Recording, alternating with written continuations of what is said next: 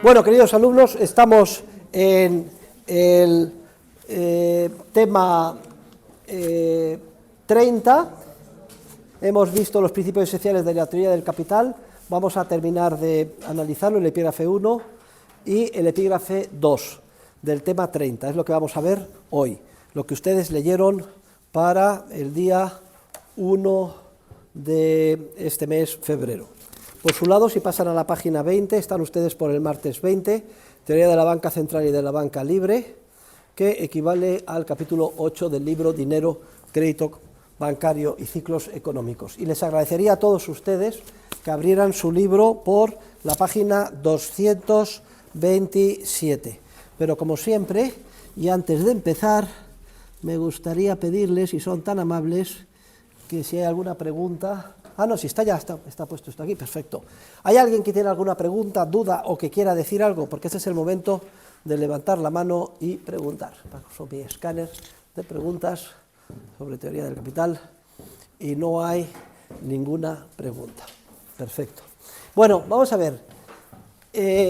Quizás la clase más importante del curso sea la de hoy y la parte más importante del programa, la que estamos viendo estos días.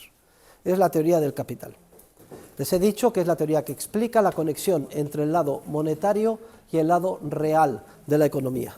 Ustedes son alumnos del grado de Dirección y Administración de Empresas. Por tanto, el día de mañana van a salir ahí fuera, van a estar insertos en el mercado laboral en unas empresas y para ustedes es vital conocer qué conexión hay entre el lado monetario, de las políticas monetarias, de gobiernos, bancos centrales sobre todo, y la vida real de las empresas y de los proyectos de inversión que ustedes quieran salir adelante. Hemos explicado que la teoría del capital es la teoría que explica el papel que juega el tiempo en los procesos de acción humana. Hemos explicado la ley ontológica de la preferencia temporal, que dice que a igualdad de circunstancias los seres humanos prefieren los bienes presentes a los bienes futuros. Esto es inseparable de la naturaleza del ser humano, tal y como hemos sido creados, porque el ser humano pretende alcanzar sus fines cuanto antes. Muchas gracias, Ángel. Un aplauso para el bueno de Ángel. ¿Viste usted cómo le agradece el alumnado su infinita misericordia con el profesor? Ay, si no, no se puede dar una clase, es cierto. Lo que nos separa como seres humanos de los tan ansiados fines, que para nosotros tienen valor y pretendemos alcanzar, es un periodo de tiempo, entendido como el conjunto de etapas sucesivas por las que el actor piensa que tiene que pasar antes de lograr ese tan ansiado fin. Por tanto, si queremos lograr ese fin y lo que nos separa es ese periodo de tiempo, cuanto antes lo alcancemos mejor. O expresado de otra forma, solo estamos dispuestos a posponer la consecución de los fines que para nosotros tienen valor, si es que pensamos que por eso, con ello, vamos a lograr un valor más alto. Cualquiera de los que están aquí estudiando el grado, que dura 4 años, en Dirección y Administración de Empresas, podría haber optado por un fin más próximo en el tiempo. Podría haberse contratado en el mercado laboral. ¿Y por qué ustedes han renunciado a esa satisfacción inmediata en pos de una que va a madurar dentro de un futuro más lejano, 4 años? Porque piensan que con la carrera terminada podrán contratarse en unas circunstancias más favorables, desarrollarán su vocación, etc. Bien en términos crematísticos de dinero, psicológicos de satisfacción interior o de ambas cosas, están dispuestos a posponer la consecución en el tiempo de sus fines porque piensan que con ello van a alcanzar fines de más valor. Luego, son dos formas de decir la misma realidad, que preferimos los bienes presentes a los bienes futuros o que solo estamos dispuestos a posponer la consecución de nuestros fines en el futuro si es que pensamos con ello alcanzar un fin de más valor. Decíamos que cada una de las etapas intermedias en las que se plasma nuestro proyecto de acción se materializa en lo que se conoce con el nombre de un bien de capital. El bien de capital se determina subjetivamente por el actor implicado en cada proyecto de acción. Luego, no es algo intrínsecamente incorporado en las cosas, sino que es una proyección de la mente humana sobre ellas. Ponía el ejemplo de la herramienta oxidada, que uno le da, uno ponía el ejemplo, un puntapié y el otro dice, anda, esto me puede servir para conseguir algo. Por tanto, lo que da naturaleza de bien de capital a un bien de capital es el fin que el actor piensa que puede adquirir, es decir, su categoría teleológica, telos, de telos griego, que significa fin o finalidad.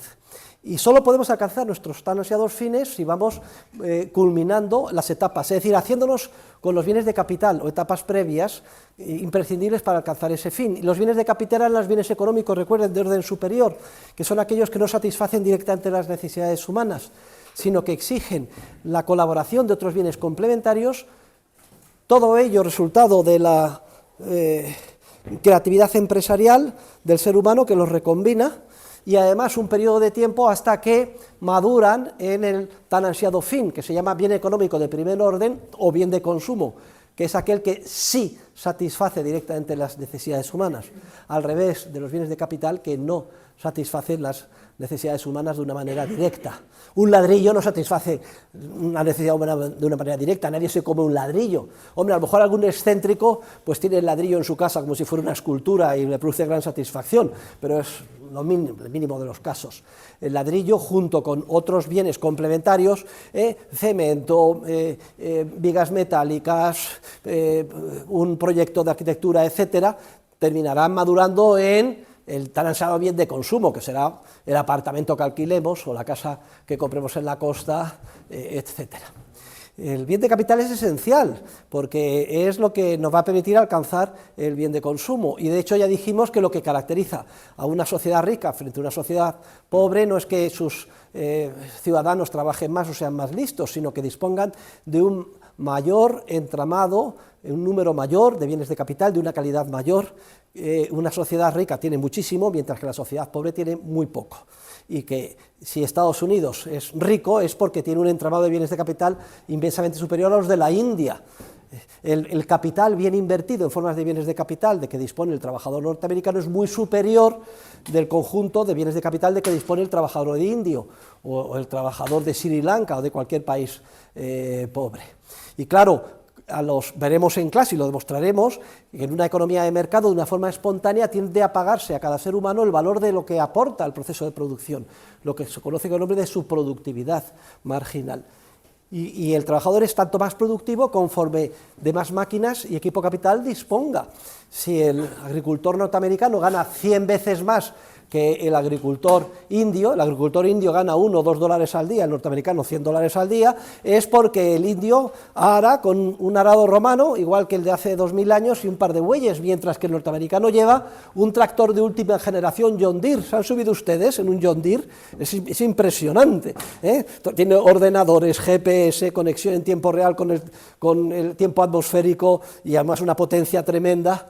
Pero claro, ¿cómo ha surgido el tractor John Deere y no lo tiene el indio? Porque es imprescindible, el bien de capital exige que previamente los seres humanos hayan renunciado al consumo inmediato y hayan ahorrado. Y denominamos capitalistas a todo ser humano, y esto con independencia del tipo ideal, no estamos hablando del tipo ideal de las novelas del capitalista, un ser con un puro, hocico de cerdo, gran panza, reloj de oro, no, capitalista es cualquier ser humano, y en la práctica la inmensa mayoría de ellos son clase media, media baja, que no consume todo lo que gana, sino una parte significativa de ello lo ahorra y los pone a disposición de los otros seres humanos, ofertando bienes presentes y eventualmente materializándose ese ahorro en forma de un bien de capital. Luego, si un país es pobre y quiere salir de la pobreza, sea Venezuela, Argentina, etcétera, y convertirse en un país rico en 1 o 2 generaciones, solo tiene que hacer una cosa: fomentar la acumulación de capital,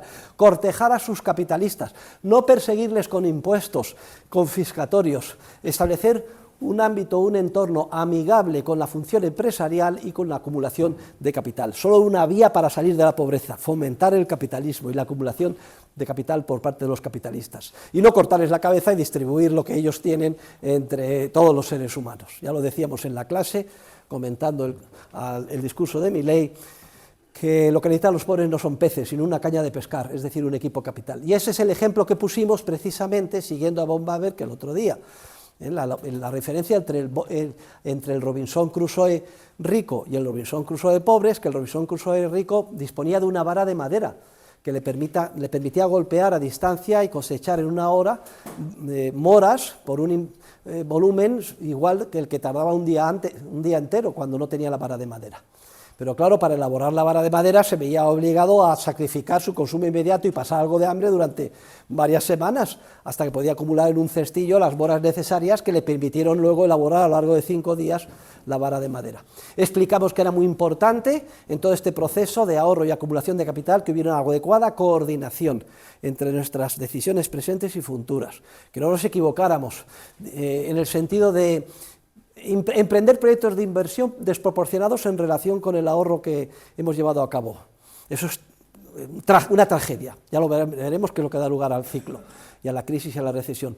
O sacrificarnos innecesariamente, si a lo mejor la vara de madera pues no exigía tantos días como habíamos previsto, aunque esto dentro de lo malo no es tan malo, porque el ahorro está ahí y nos permitirá la parte sobrante de ahorro dedicarla a otros ulteriores bienes de capital en su caso. Y también veíamos que los bienes de capital se consumen a lo largo del proceso de producción, se gastan, bien por desgaste físico o por obsolescencia tecnológica, que quedan anticuados. Entonces es preciso hacer frente a ese consumo de los bienes de capital. Es lo que en economía se llama depreciación. Y entonces, como mínimo, el ser humano, si no quiere poner en peligro su bienestar, debe de ahorrar como mínimo el importe necesario para hacer frente a la depreciación de los bienes de capital, lo que en términos de cálculo económico, en términos de contabilidad, se llama la amortización del equipo capital. Y también veíamos que los bienes de capital, una vez que se producen y conforme se aproximan más a la etapa final de consumo, se hacen cada vez más difícilmente reconvertibles.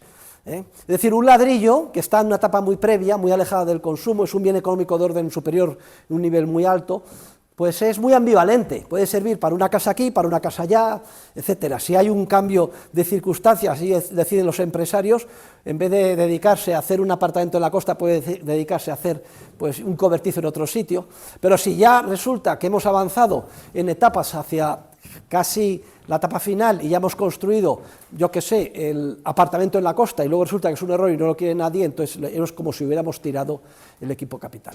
Entonces yo empiezo con una chica, vamos ligando a ver si en un noviazgo cuajamos o no, pues si vemos que no cuajamos estamos a tiempo de dar un golpe de timón, mira, hasta aquí hemos llegado, un beso, lo hemos pasado muy bien, pero cada uno por su lado. Pero si resulta que ya me caso, tengo 7 hijos y llevo 20 años casado, pues fíjese usted, ya, pues entonces ya menuda la posibilidad de reconvertir es muy dolorosa y a un coste muy alto. Si ustedes empiezan el grado de dirección y administración de empresas y en primero se dan cuenta, uy, esto no es lo mío, uy, qué rollo, la economía del profesor Huerta de Soto, qué aburrimiento, si yo a mí lo que me gusta siempre es la comunicación audiovisual. Bueno, pues en primero están a tiempo de dar un golpe de timón, pero si resulta que se dan cuenta de que lo suyo es la medicina y ya han terminado la carrera, ya han hecho el máster, oiga, pues han perdido 6 años de su vida. Conforme más nos aproximemos a la etapa final, los bienes de capital son más difícilmente reconvertibles. ¿Y por qué insisto en esto? Porque va a ser un elemento esencial para que entendamos bien la teoría del ciclo. Y terminábamos, y aquí lo que he hecho nada más es una síntesis de todo lo que hemos visto hasta ahora para que ustedes se vayan calentando y retomen el hilo. Hemos dicho que es esencial que en nuestro proyecto de acción coordinemos adecuadamente, dentro de la incertidumbre ineradicable que rodea toda acción humana, nuestras acciones presentes cara a las acciones futuras. Esto que a nivel individual es vital, se reproduce igualmente a nivel social, con un grado de complejidad adicional, porque aquí resulta que estamos hablando de miles de millones de seres humanos, cada uno con una infinita variedad de fines, gustos, conocimientos sobre los medios, etcétera, en los que en las diferentes etapas de su vida, pues unos se dedican en mayor proporción a renunciar al consumo y se convierten en ahorradores o capitalistas, otros se dedican por cuenta de los consumidores a tratar de descubrir qué bienes queremos y a emprender proyectos de inversión, son los empresarios capitalistas. Entonces, y otros se dedican básicamente pues, a consumir y a demandar bienes presentes. En esta especie de totum revolutum, que parece casi imposible, desde el punto de vista humano nos parece de una complejidad inabarcable y prácticamente infinitamente caótica. Sin embargo, la ciencia económica demuestra que hay una tendencia espontánea hacia el orden y a la coordinación. Y es lo que vamos a estudiar en clase hoy. Y por eso he dicho que quizás la clase de hoy y la del jueves sean las clases más importantes de la ciencia económica. Quien entienda la teoría del capital entiende la economía. Quien no entienda la teoría del capital no entiende nada. Yo hasta que no leí y dominé Capital und Kapitalzins de Eugen von Bombaberg, las 1500 páginas en 3 tomos, no entendí nada de qué iba esto. Y la gran tragedia de los economistas y los programas de economía del mundo es que se ha eliminado la teoría de capital de prácticamente todos los programas, a excepción de los de este departamento en esta universidad. No saben ustedes lo infinitamente afortunados que son, no son ni siquiera conscientes, quizás a lo mejor el día de mañana que lo descubran. Claro que en prácticamente todos los departamentos se haya eliminado la teoría del capital, y yo he dicho que quien no sepa teoría de capital no sabe nada de economía, significa que salen generaciones y generaciones de economistas sin saber nada de cómo funciona el proceso económico que nos rodea.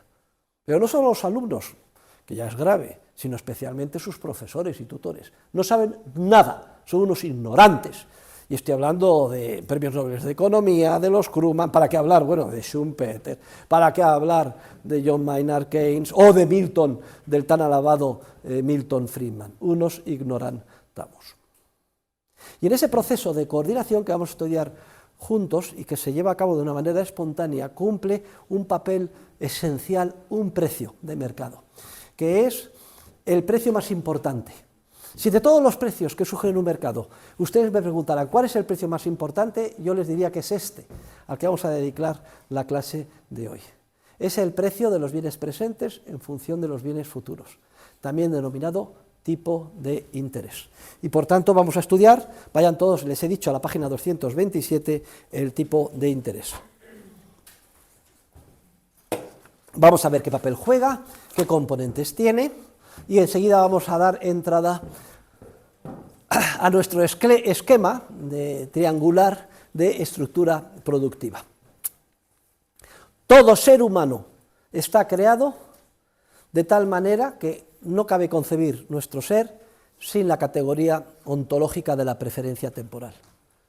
Todos y cada uno de nosotros, a igualdad de circunstancias, valoramos más el presente que el futuro. Y esto es una verdad apodíctica, es un principio axiomático. No cabe criticarlo sin autocontradecirse. He dicho a igualdad de circunstancias. La explicación es muy clara. Vuelvo a insistir otra vez. Lo que nos separa del tan ansiado fin que queremos lograr es un periodo de tiempo, cuanto antes lo alcancemos, mejor. Sin embargo, la intensidad relativa con que cada ser humano valora más el presente que el futuro varía muchísimo, enormemente, de unos seres humanos a otros. Pero no solo varía mucho de unos seres humanos a otros, de usted a mí, etc. Es que dentro del mismo ser humano, dentro de la misma persona, dentro del mismo hombre o mujer, la preferencia temporal también varía. O sea, la intensidad con que valoramos más el presente que el futuro varía a lo largo de las diferentes etapas de nuestra vida, por muchas razones. No vamos a traer en ello, nos llevaría para varios seminarios. Y entonces, la realidad de que esa intensidad subjetiva con la que se valora más el presente que el futuro varíe muchísimo de unos seres humanos a otros, da lugar a que surjan múltiples oportunidades de intercambio mutuamente beneficioso entre bienes presentes y bienes entre los que ofrecen bienes presentes y los que demandan bienes presentes a cambio de bienes futuros. De manera que aquellos que tengan una altísima preferencia temporal, demandan muchísimo el presente, están dispuestos a renunciar a muchas unidades el día de mañana a cambio de obtener hoy, porque tienen una gran preferencia temporal, una gran intensidad, a cambio de obtener hoy unidades aquí y ahora de bienes presentes. Mientras que otros seres humanos, en los que también se da la preferencia temporal, a lo mejor tienen una preferencia temporal muchísimo menos intensa. Es decir, a poco que puedan obtener algún fin de algo más de valor el día de mañana, están dispuestos a renunciar al presente inmediato. Obviamente, si se encuentran unos con otros, la oportunidad de efectuar un trato mutuamente satisfactorio para ambas partes es obvia.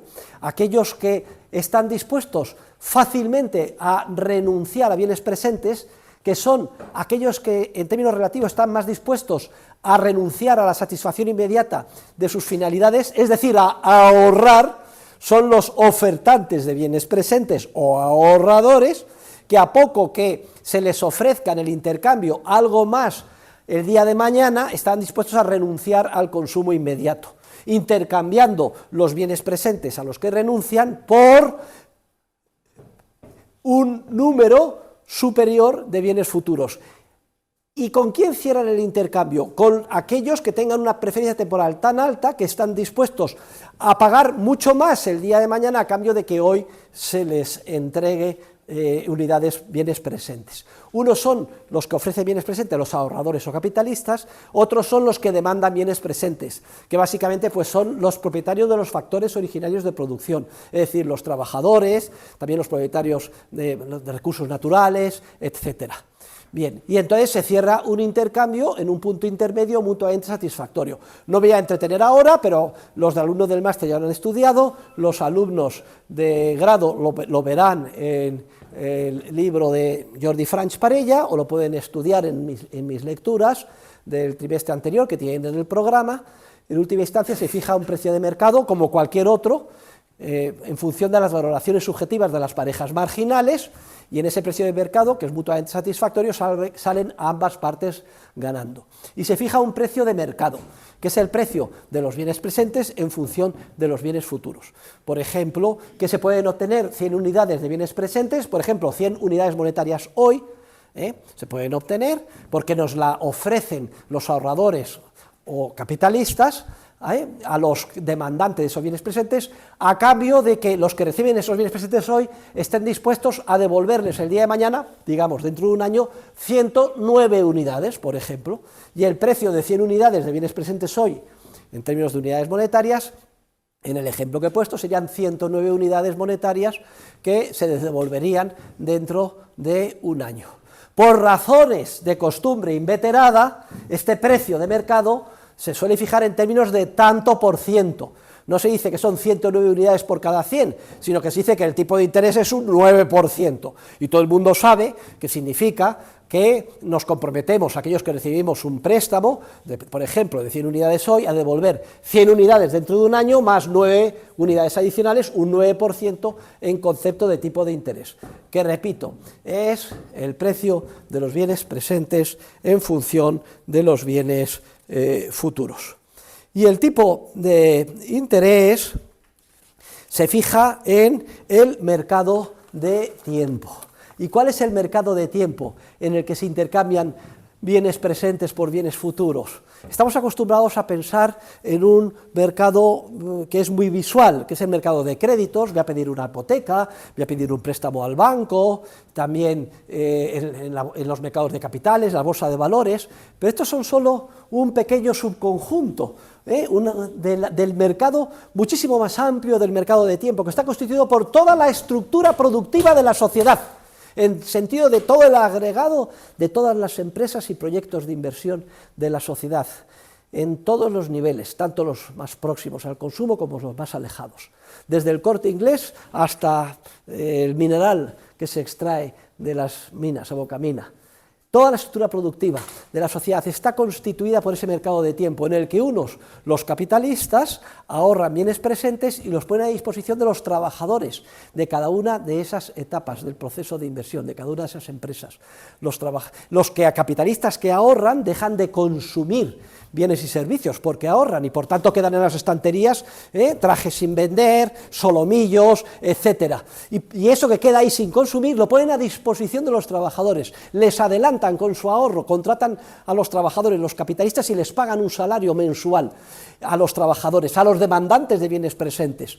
Y gracias a ese ahorro y de los capitalistas y que se han apretado el cinturón, quedan bienes de consumo que pueden mantener a toda una constelación e infinidad de trabajadores durante el periodo que dura el proyecto de producción, que después de un periodo de etapas más o menos prolongado terminará madurando en un bien final de consumo que ya se pueda consumir.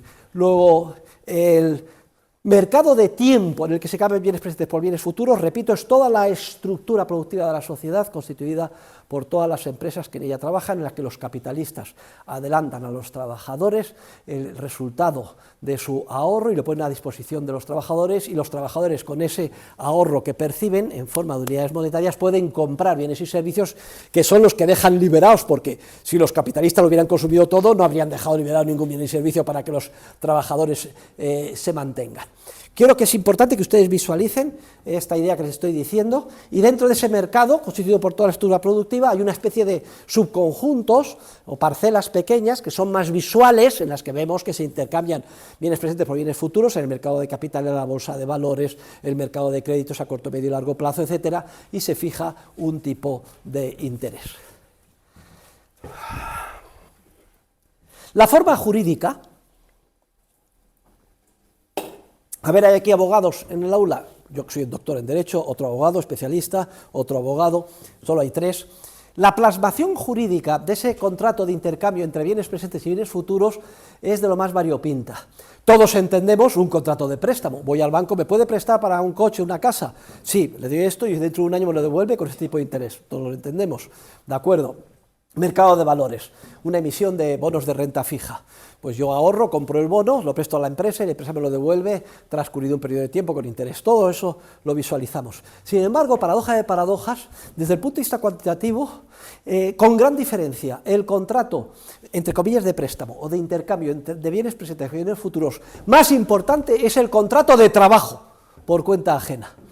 Porque en el contrato de trabajo por cuenta ajena, ¿qué significa?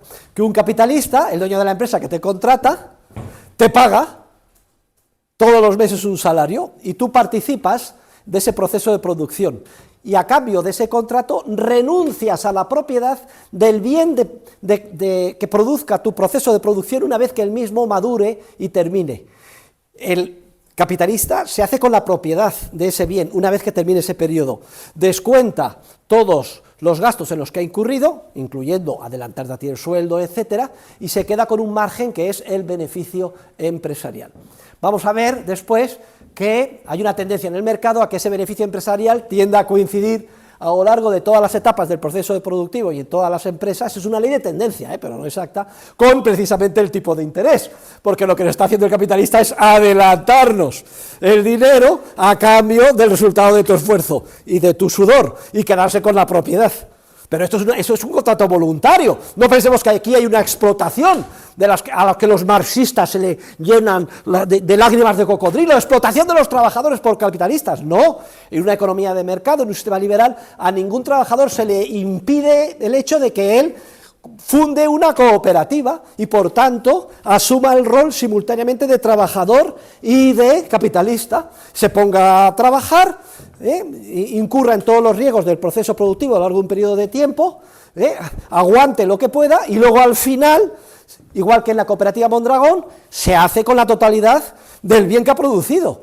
Pero la experiencia demuestra es que la inmensa mayoría de todos nosotros ni queremos poner todos los huevos en la misma cesta, ni queremos asumir el riesgo empresarial y decidimos contratarnos por cuenta ajena, que nos adelanten los capitalistas, nos contratamos por cuenta ajena, percibimos un salario, dejamos el riesgo del proyecto empresarial para que lo asuma el empresario capitalista y además enajenamos la propiedad de lo que ayudamos a producir a favor del empresario capitalista. Y luego ya cada uno de nosotros, en función del salario, pues si decidimos consumir todo bien, si decidimos ahorrar, pues no lo ponemos en nuestra propia empresa, no ponemos todos los huevos en la misma cesta, sobre todo que si se nos cae la cesta pues nos olvidamos del todo, sino que a lo mejor una parte lo ahorramos en la casa, luego compro unas acciones de otra empresa, lo tenemos diversificado, etcétera. A nadie se impide, a ningún trabajador en una sociedad libre, ser cooperativista y por tanto asumir la propiedad y el riesgo del periodo de producción, pero la inmensa mayoría de los seres humanos ni quieren esperar ese periodo, ni quieren asumir esos riesgos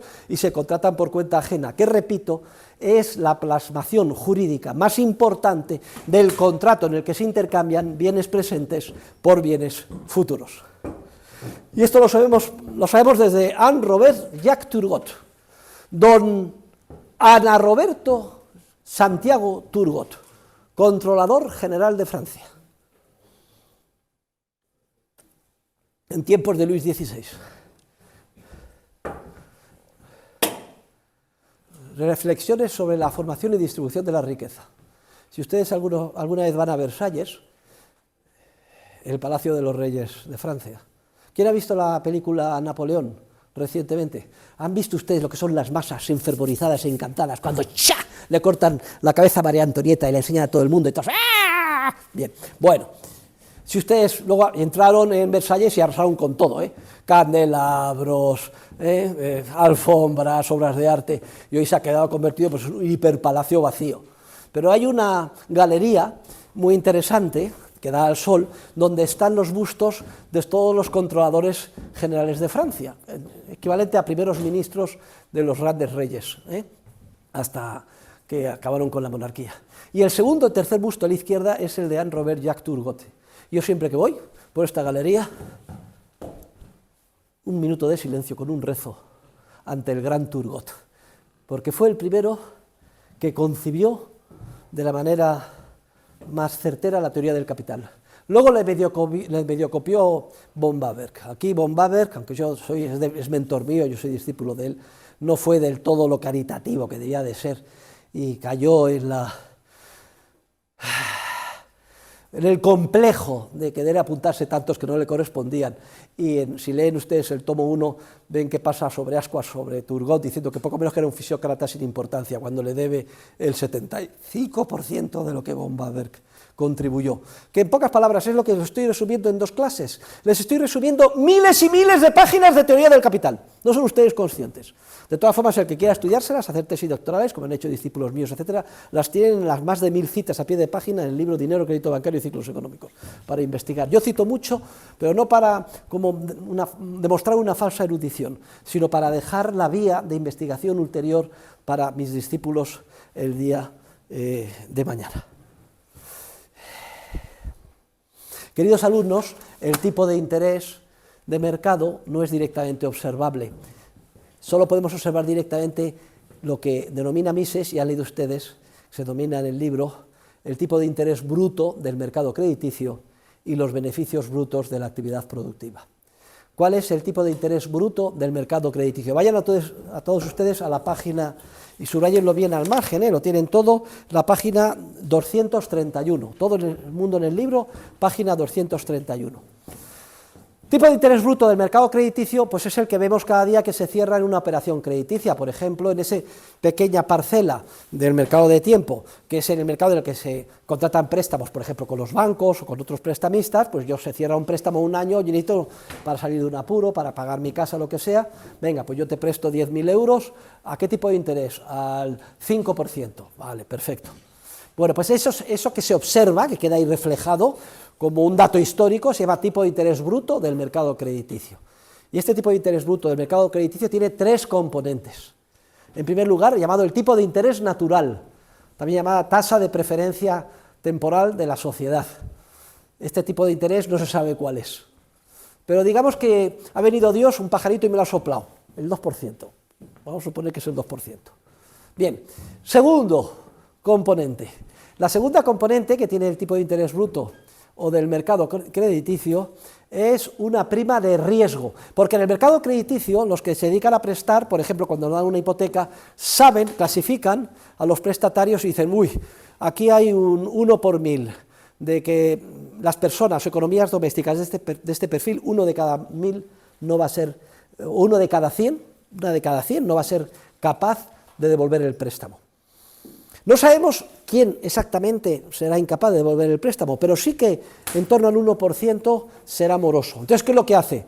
Recarga con una segunda componente, el tipo de interés natural, con lo que se llama la prima de riesgo. Y la prima de riesgo variará según el riesgo inherente, tal y como sea apreciado por el prestamista en el sector, tipo de empresa, etcétera, en el que estemos. En el ejemplo que he puesto, la prima de riesgo es el 1%. Luego, por tanto, al 2% de tipo de interés natural, pues se le añade pues, un 1%, 2 más 1, 3. Pero hay una tercera componente del tipo de interés del mercado crediticio, y es que los prestamistas nos tienen un pelo de tontos y dicen, anda, a lo mejor las unidades monetarias que me devuelven dentro de un año no tienen el mismo poder adquisitivo que las que yo he entregado hoy en el préstamo. Y no dice el Banco Central Europeo que el objetivo es una inflación a medio plazo del 2%, ¿esto qué significa?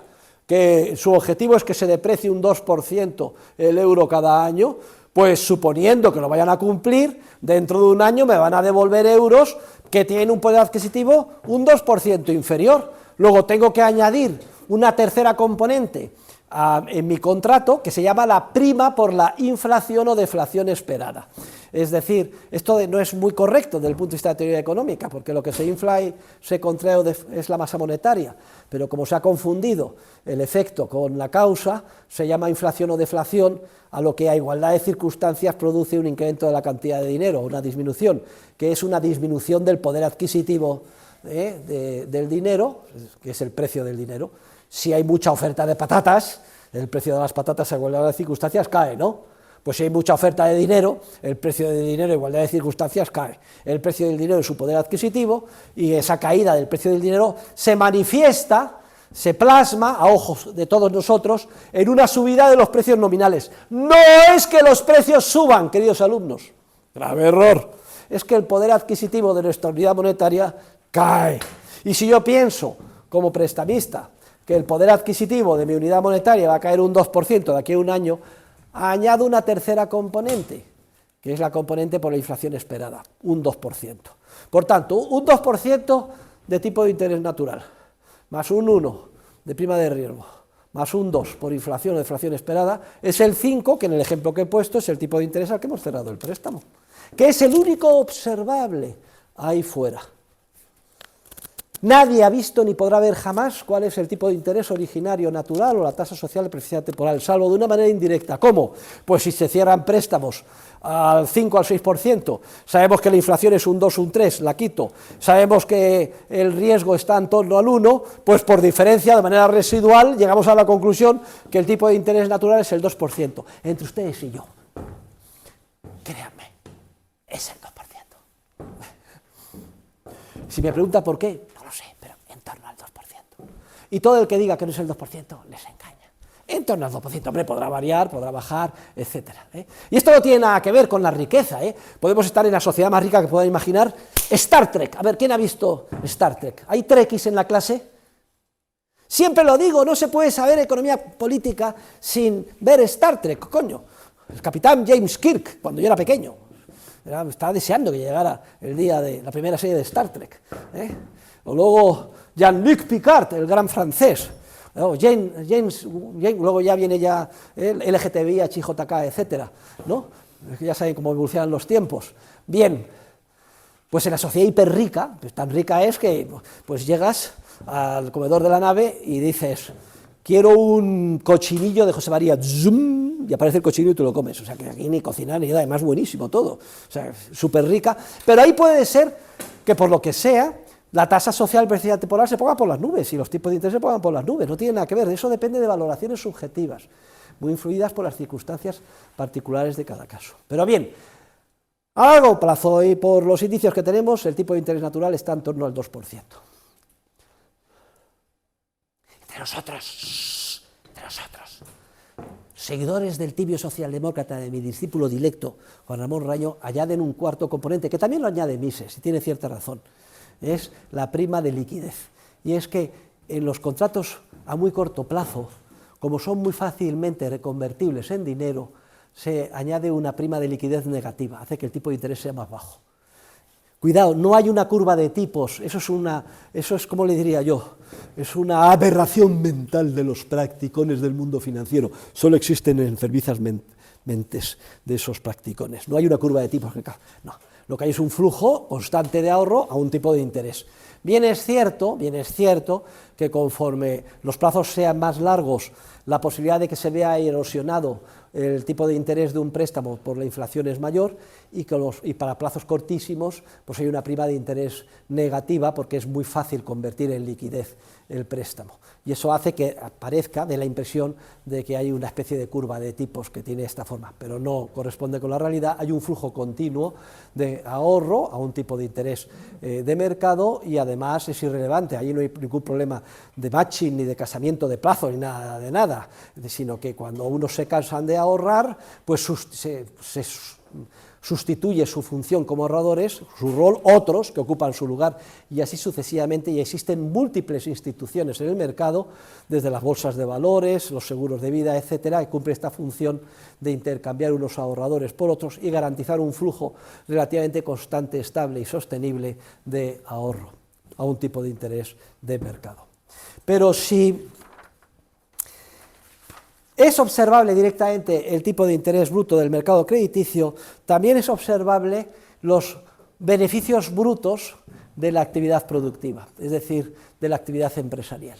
Porque cada año las empresas cierran sus cuentas de pérdidas y ganancias, ven todo lo que han gastado y lo que han ingresado y obtienen un beneficio, que comparan con el capital que han ahorrado y han puesto en la empresa sus capitalistas. Los capitalistas son los propietarios de la empresa, ahorran, se apretan el cinturón, no consumen.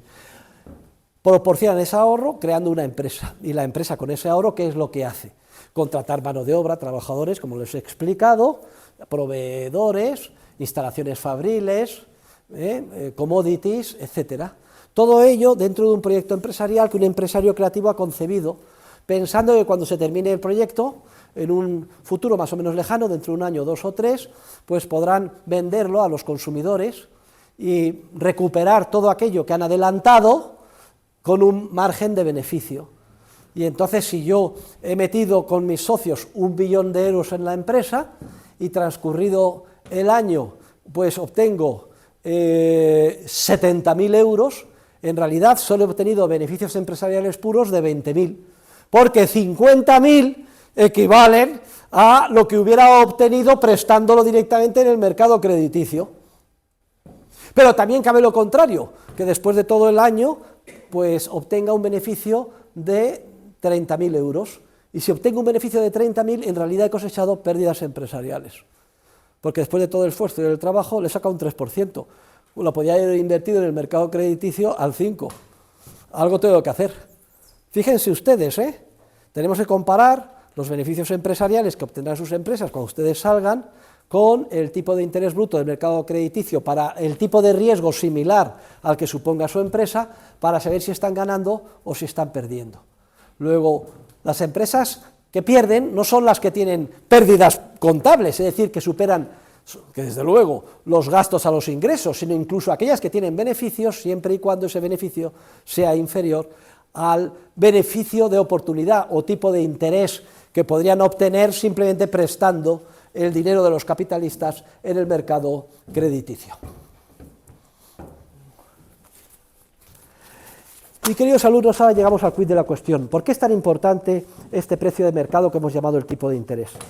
Aquí lo que hay es un ejército, una infinidad de seres humanos que ahorran, lo que hay es 8.000 millones de seres humanos que quieren consumir, necesitan consumir, necesitan alimentos para comer, necesitan vestidos, necesitan alojamiento, necesitan vehículos de transporte, necesitan diversión, necesitan incluso cosas que no pueden ni siquiera imaginar que pueden llegar a tener, como nadie podía llegar a pensar hace 30 años que iba a existir esto.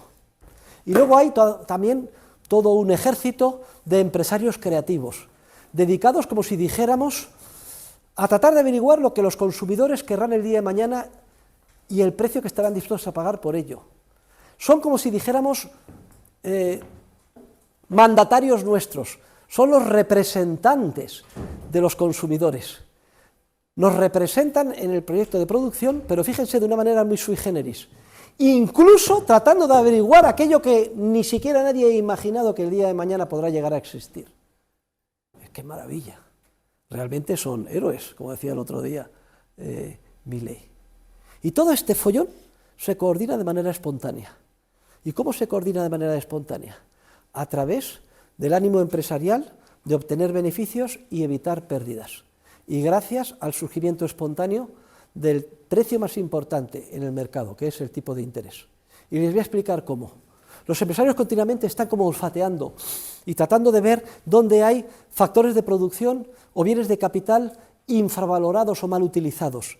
Y entonces los demandan y los recombinan de tal manera que ellos piensan que recombinados y en determinados proyectos de inversión van a madurar en forma de bienes de consumo altamente valorados, altamente demandados. Aquellos empresarios que aciertan obtienen beneficios, y los beneficios es un indicativo de que han actuado bien, de que son benefactores sociales. Aquellos empresarios que se equivocan cosechan pérdidas. Las pérdidas indican que han actuado mal.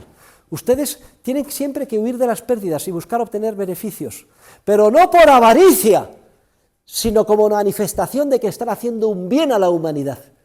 Porque si cosechan pérdidas significa que están utilizando recursos escasos, altamente valorados en la sociedad, para producir bienes y servicios, cuando esos mismos recursos escasos serían mucho más útiles produciendo otros bienes y servicios mucho más valorados, pero no por los empresarios, sino por el resto de los ciudadanos, por el resto de la humanidad. Si usted los recursos escasos, bienes de capital escasos, los dedica por error a actividades que luego después, cuando culminan, no son muy valoradas, y esos mismos recursos podrían haberse dedicado a otras actividades mucho más valoradas, está haciendo un grandísimo daño social.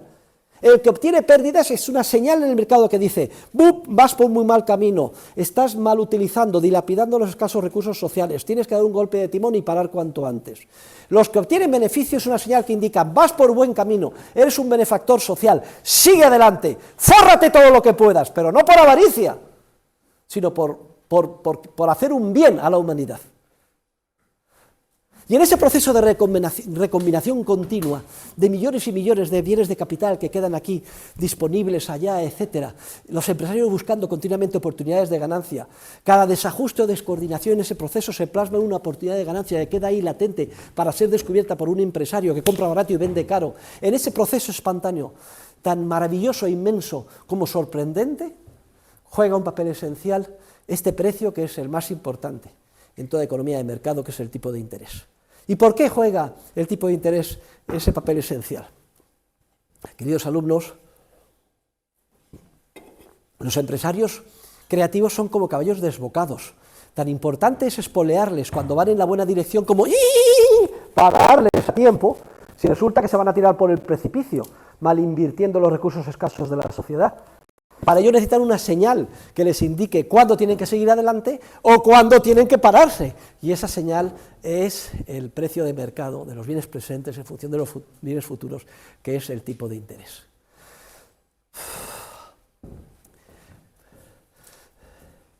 Un tipo de interés muy bajo significa que se ahorra mucho en la sociedad. Es decir, que la tasa social de beneficencia temporal es baja, que en general estamos dispuestos a renunciar por poco que nos den más el día de mañana a los bienes presentes. Y por tanto, que hay una gran oferta de bienes presentes a disposición de los empresarios. Si el tipo de interés es el 2% o el 1% muy bajo, se le está diciendo a los empresarios que un tipo de interés bajo significa que hay mucho ahorro.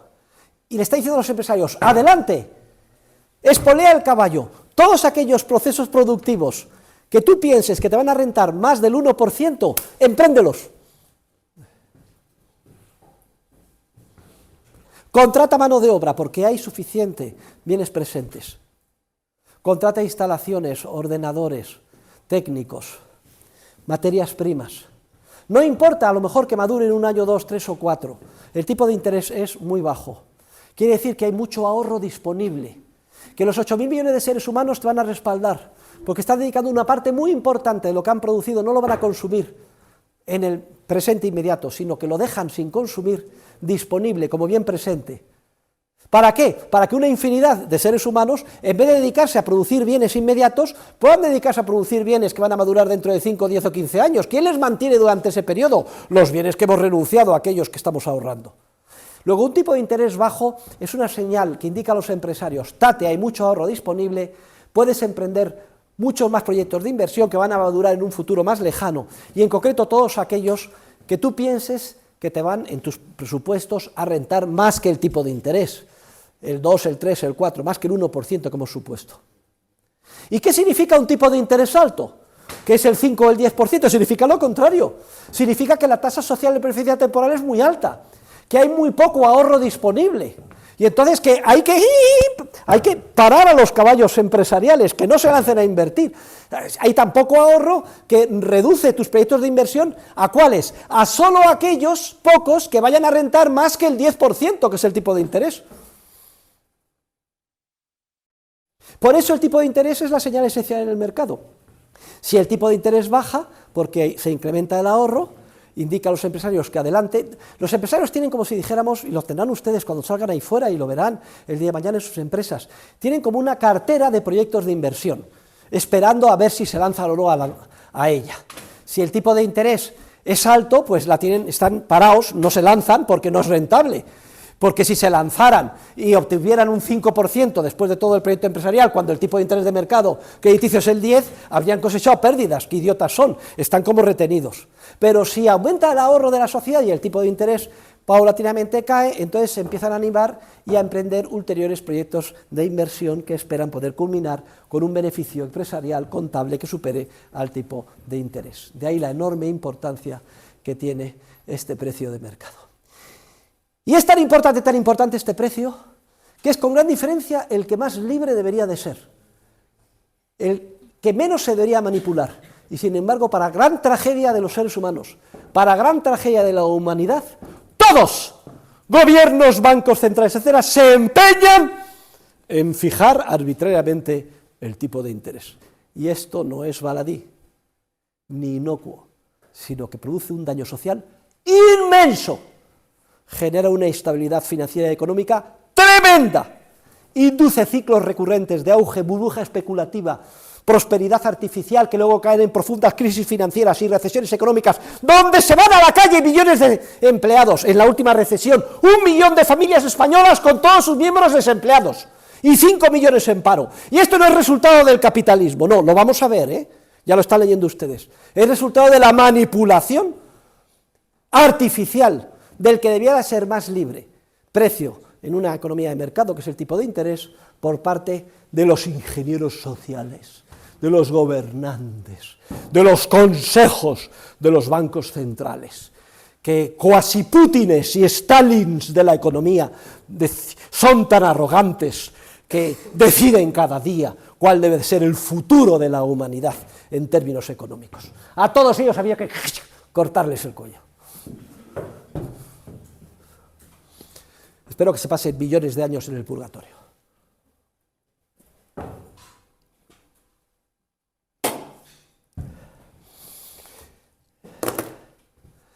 Pues de eso trata el libro, precisamente, porque vamos a ver exactamente cómo se manipula, de qué manera, qué efectos tiene y exactamente cómo impacta esa manipulación monetaria y sobre el tipo de interés en la economía real. De eso es lo que vamos a hablar hoy y el jueves. Vamos a explicar la teoría austríaca del ciclo económico. Queridos alumnos, a ver dónde está aquí vamos a dar un paso más, vamos a pasar ahora, si todos tan amables, a la página 233, la estructura productiva.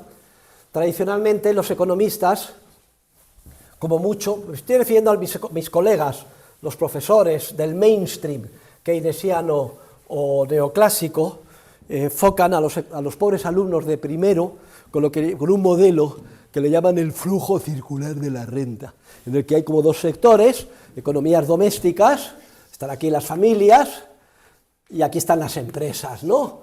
Las empresas, vale. Entonces las familias contratan su esfuerzo como trabajadores a las empresas y las empresas pues les pagan en forma de salarios. Y con esos salarios que recibimos todos, lo que hacemos es comprar bienes y servicios de las empresas. Esto se llama el flujo circular de la renta, con el que se envenena la mente a generaciones y generaciones de economistas, desde el primer economista que lo concibió, que fue el malhadado fundador de la Escuela de Chicago, Frank Knight. Y ese flujo circular de la renta en realidad es absolutamente penoso, porque deja fuera lo más importante, que es la dimensión temporal del proceso productivo.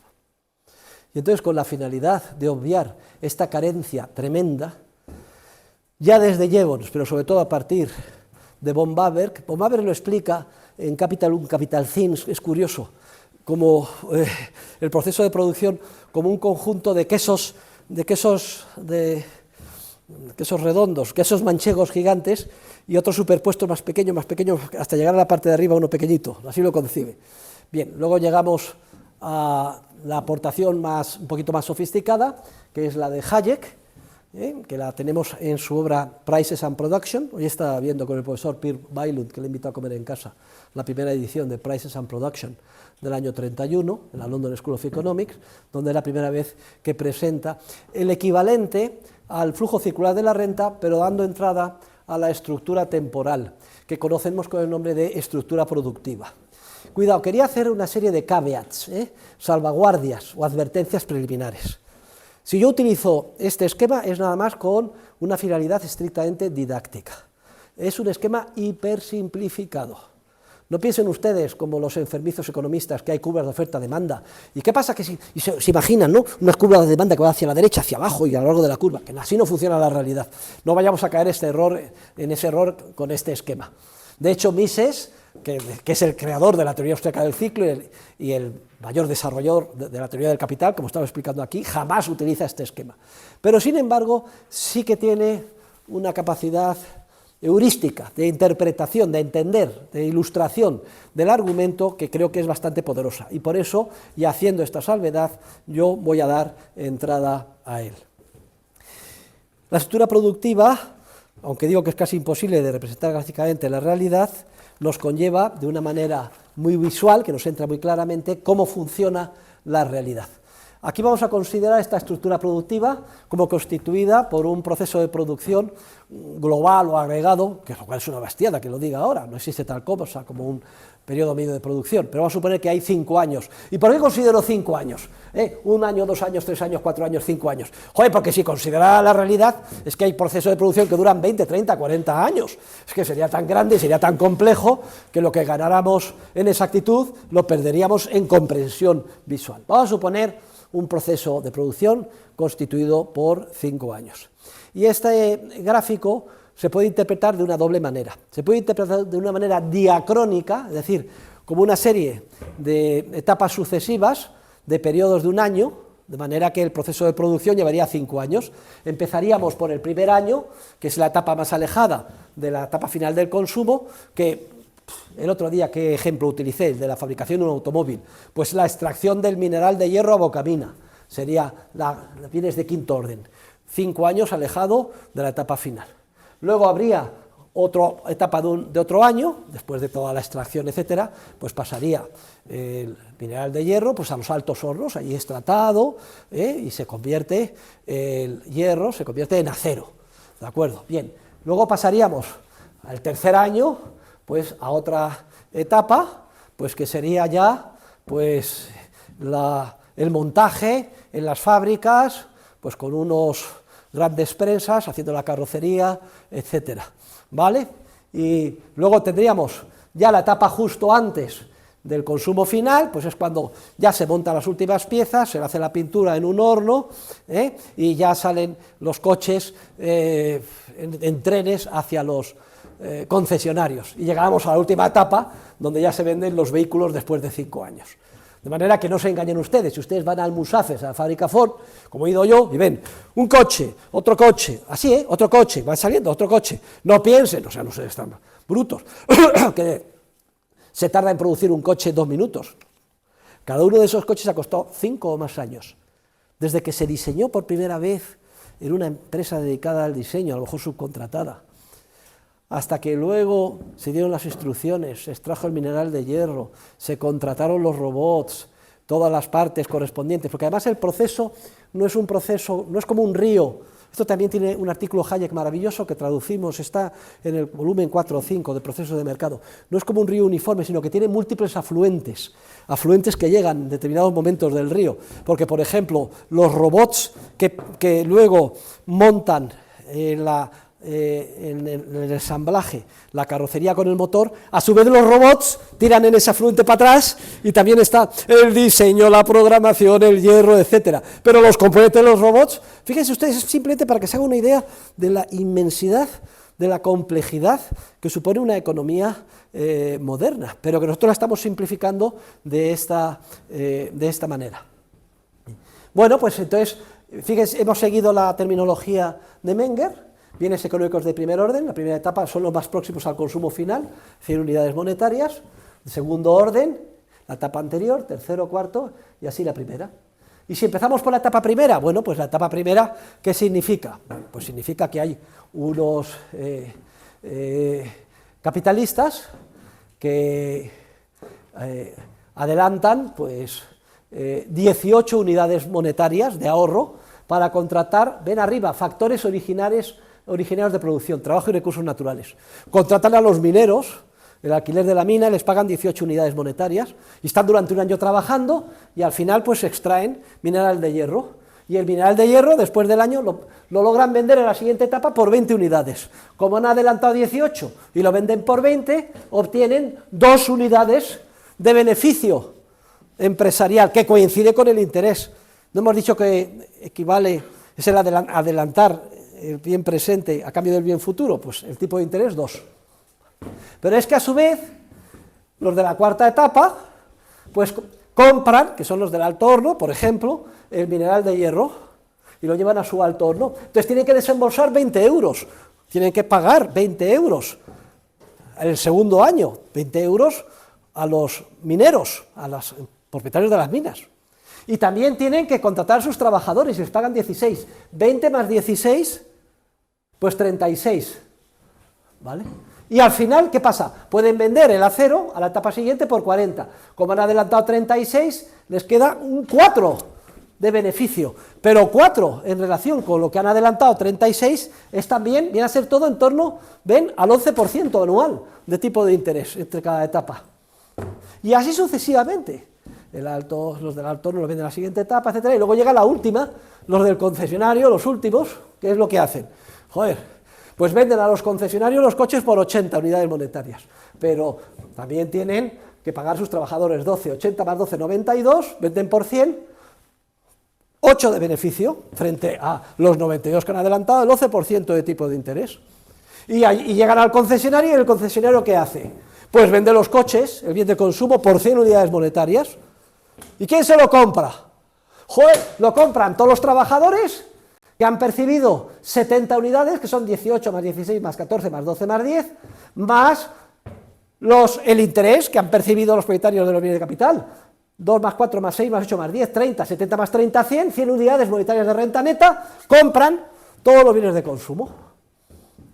Fíjense que esto es un poquito, es más sofisticado que este esquema del flujo circular de la renta, pero aquí no cometemos el gravísimo error de eliminar la dimensión temporal del proceso de producción, que es el pecado original de todos mis colegas, keynesianos, monetaristas, postkeynesianos, toda esa chusma intelectualoide, compañera mía de la cátedra. Estoy utilizando terminología un poco de mi ley, pero es que llega una edad en que ya no puede uno morderse la lengua. Es que hay que ser un asno para no ver esto, que es tan obvio y tan evidente. Tampoco estoy explicando una cosa que haya que ser Einstein para entenderla.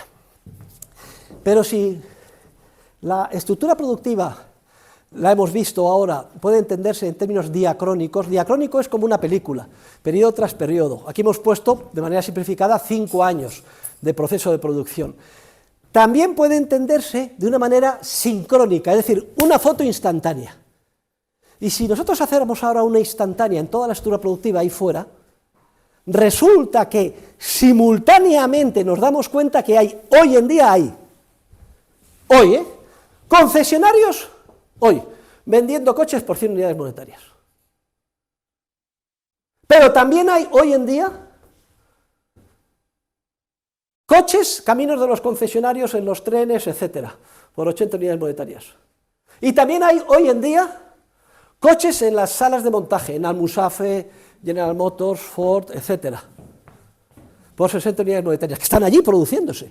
Pero también hay hoy en día, altos hornos haciendo acero. Y también hay hoy en día minas produciendo hierro, hoy en día. Ahora bien, esto es muy importante que lo vean ustedes, pero tampoco es muy fácil de entender. El hierro que hoy en día se está produciendo solo terminará en vehículos o en coches o en barcos dentro de 5 años, obviamente.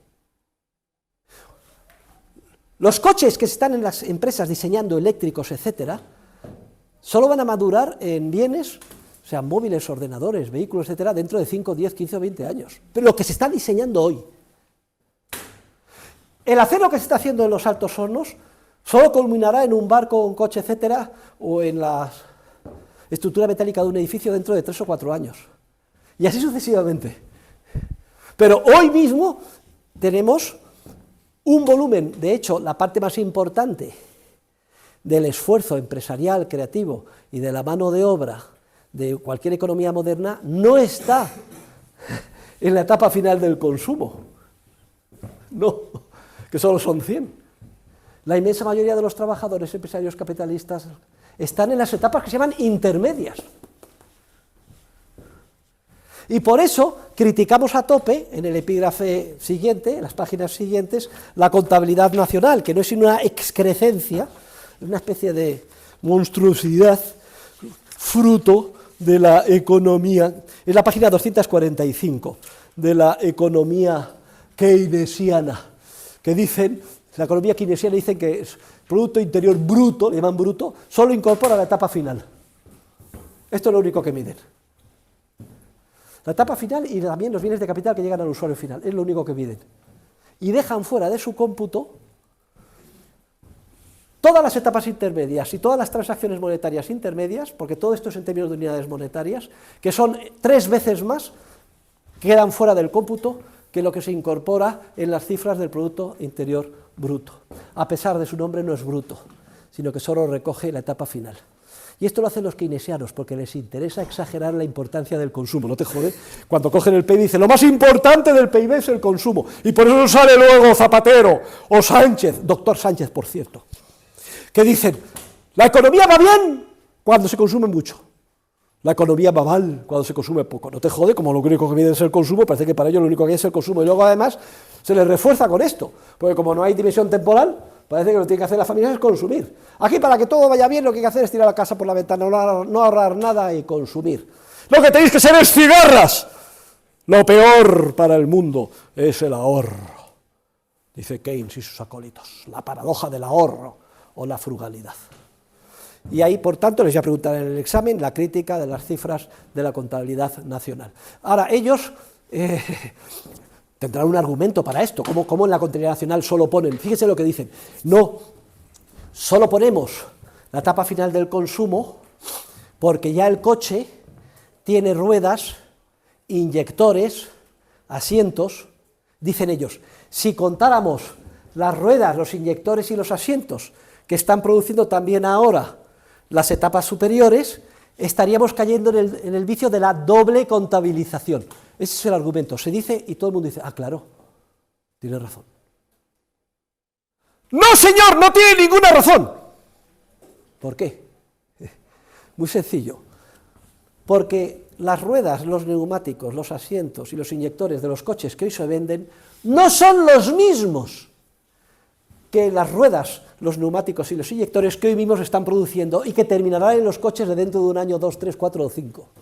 Son distintos. Y si queremos saber lo que pasa en la economía, hay que saber lo que pasa, no solo en la etapa final, sino en todas las etapas intermedias. Y no es el consumo el que dice si las cosas van bien o mal, o van mal, la causa de que vayan bien o que vayan mal, es la consecuencia.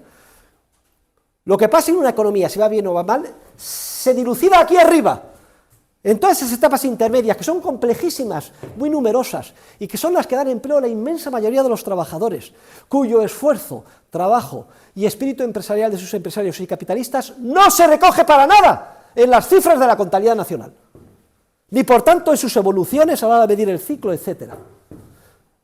Es increíble. Hay una serie de consideraciones que han leído ustedes, tienen que repasar, la diferencia entre renta bruta y renta neta. La renta neta son los 100, ya lo hemos visto, que se gastan.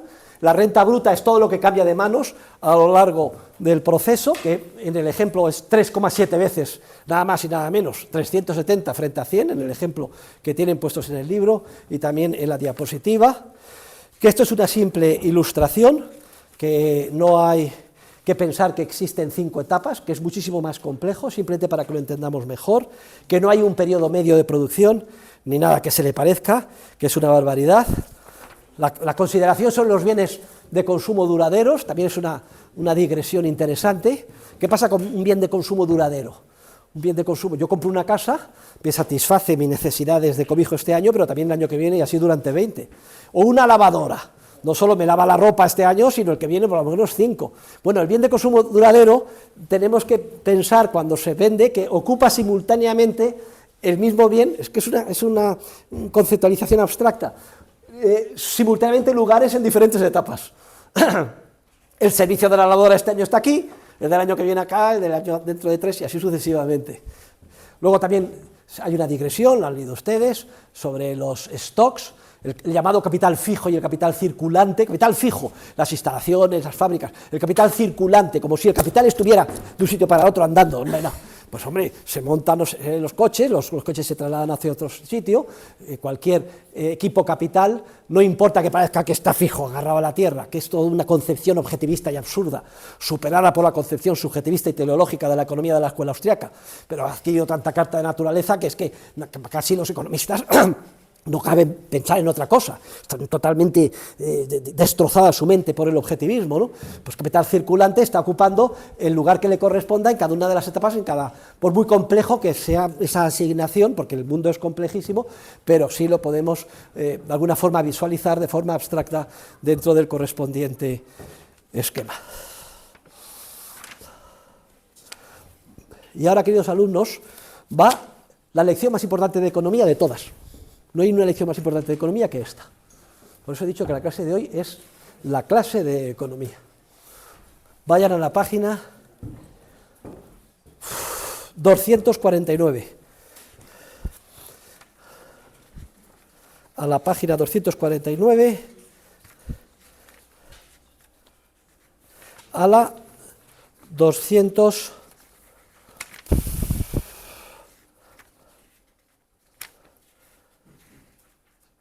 74. Son las páginas más importantes que un economista tiene que saber.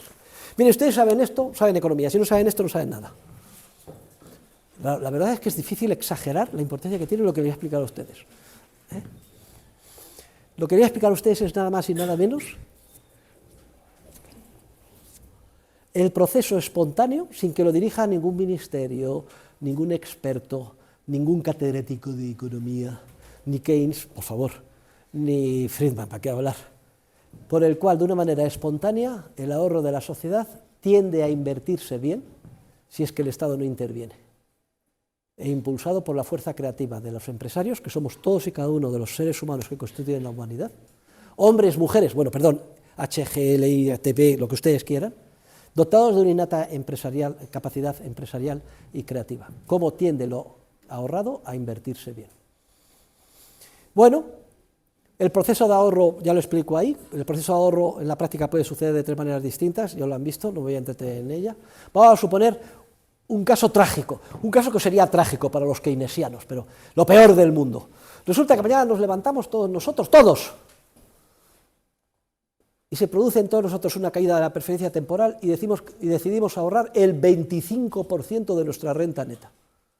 Dejar sin consumir el 25%, la cuarta parte de lo que veníamos consumiendo, y ahorrarlo. Según mis colegas, no solo los keynesianos, sino los monetaristas, porque todos los monetaristas de Chicago, encabezados por Friedman, son los mismos perros con distintos collares que los keynesianos. Esto hay que explicárselo, ya se lo he explicado, le enviaré el email que le he mandado al profesor Milley esta mañana, porque es demasiado laudatorio con Friedman. Fue un buen divulgador, periodista de la economía de mercado, pero en teoría económica, cero. No aprobaría mi curso. O sea, Friedman estaba sentado ahí y le suspendería, no pasaría de primero. No sucedería nada peor, no habría escenario peor en la economía que mañana nos levantáramos y dijéramos que en vez de consumir 100, vamos a consumir nada más 75, porque las otras 25 decidiéramos ahorrarlas. Por cierto, no sé si tengo por aquí, ¿cómo me salgo de aquí? A ver, ups, sí, creo que lo tengo aquí. A ver, alargamiento y desechamiento de la estructura productiva.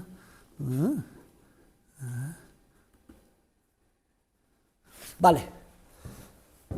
En vez de 100, decidimos consumir 75. Si esto sucede mañana, se producen de forma espontánea 3 efectos, que vamos a estudiar con detalle. Primer efecto, un impacto muy grande. Vayan ustedes a la página 200, ¿Dónde está?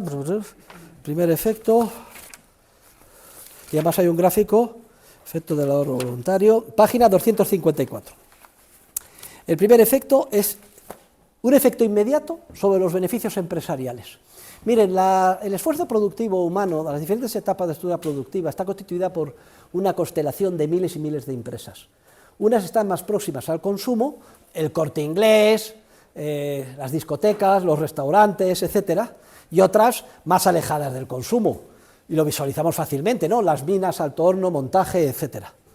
Unas se le llaman, de manera burda, industrias de bienes de capital, que son las más alejadas del consumo, que están en esas etapas más alejadas, y industrias de consumo más próximas al consumo, pues los cines, etcétera.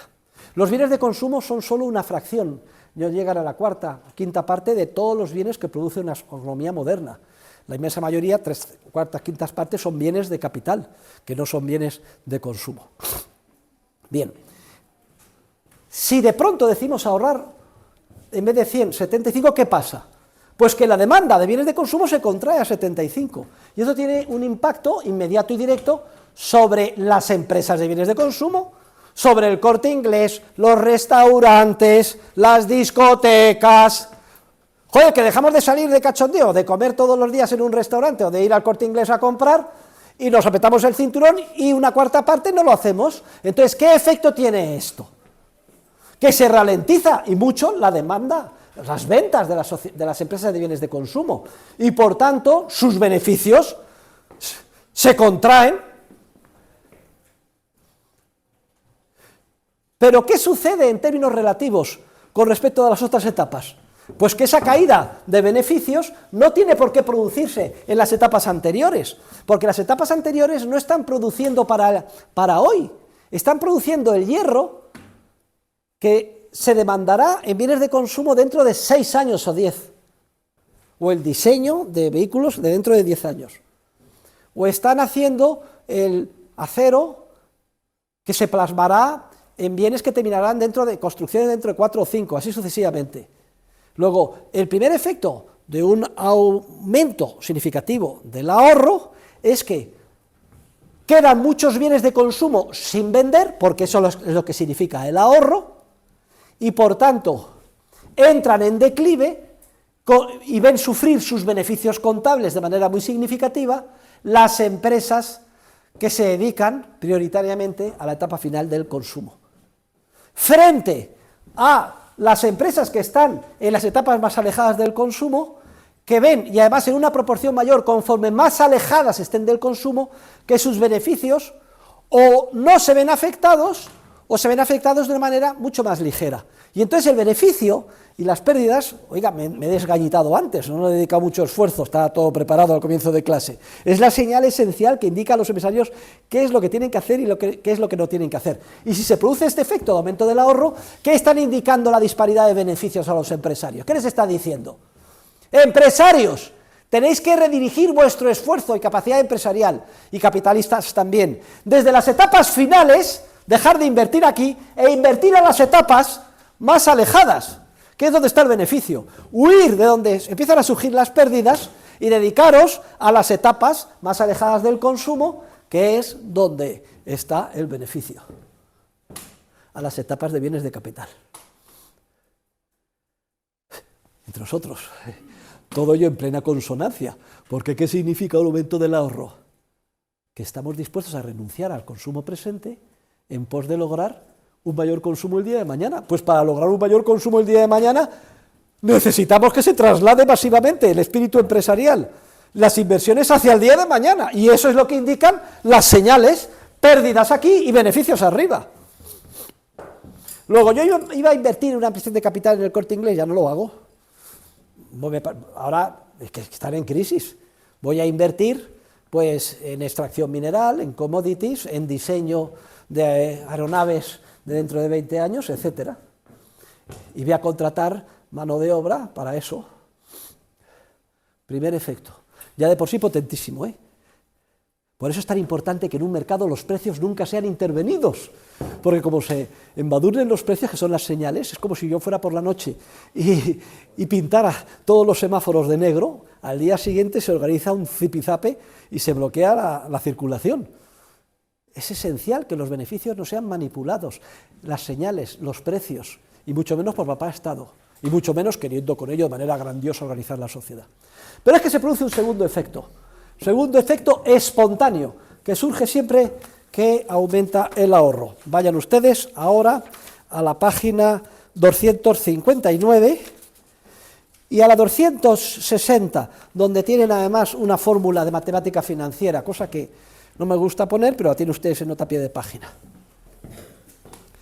¿Qué supone un aumento del ahorro? Un incremento de la oferta de bienes presentes. ¿Qué pasa siempre que aumenta la oferta de un bien a igualdad de circunstancias? ¿Su precio sube o baja? Si hay una gran cosecha de patatas, ¿qué pasa con el precio de las patatas? ¿Sube o baja? Baja. Si hay una gran oferta de bienes presentes, de ahorro, el precio del ahorro baja. El precio de los bienes presentes en función de los bienes futuros cae. Es decir, el tipo de interés cae. Y resulta que todos los bienes de capital se valoran en el mercado descontando, sobre todo, la corriente futura de beneficios que va a producir el día de mañana ese bien de capital, sea un taxi, sea un piso que se alquila durante una serie de años, sea una instalación fabril, etc. Y el valor hoy es resultado de descontar ese flujo por el tipo de interés, teniendo en cuenta la duración temporal del bien de capital de que se trate y además que se desgasta, etcétera. La fórmula la tienen ustedes en la nota a pie de página 45 de la página 260. Pero yo les voy a dar una regla mnemotécnica para que nunca se les olvide. Suponiendo que el bien de capital sea de duración indefinida, por ejemplo, un recurso natural, el valor hoy es igual al valor actual de una renta indefinida al tipo de interés I de esa renta anual es igual a R partido por I. Esta es la fórmula. Si bien de capital es de duración indefinida, cosa que no sucede nunca, porque he dicho que todos los bienes de capital se desgastan, desgaste físico u obsolescencia tecnológica, pero hombre, efectos mnemotécnicos, vamos a suponer un bien de capital que dure 30, 40 años, se aproxima a esto. La fórmula es la que más compleja, la tienen ahí, la han visto, Bien. Pero un recurso natural que durara siempre, el acueducto de Segovia, si estuviera en alquiler produciendo siempre, pues sería la renta anual que produjera partido por el tipo de interés. ¿Dónde está el tipo de interés? ¿En el numerador o en el denominador? Coño, abajo, en el denominador. Me gusta mucho, tienen ustedes muy fresca la matemática. Me gusta tener estas ágiles mentes matemáticas en clase. ¡Qué satisfacción enseñar a unos expertos en matemáticas! ¿Y qué pasa si el tipo de interés cae del 11% al 2%? Si aquí se reduce el tipo de interés, ¿qué pasa con el valor hoy del bien de capital? ¿Sube o baja? ¡Sube muchísimo! Si el tipo de interés es el 10%, significa que la renta, imagínense un piso, lo alquilamos por 800 euros al mes, 10.000 euros al año. Bueno, pues 10.000 euros al 10% de tipo de interés, el precio del mercado del piso tenderá a ser 100.000 euros. Si el tipo de interés baja al 2%, serán 10.000 euros, dividido entre 0,02, equivale a 50 veces 500.000 euros.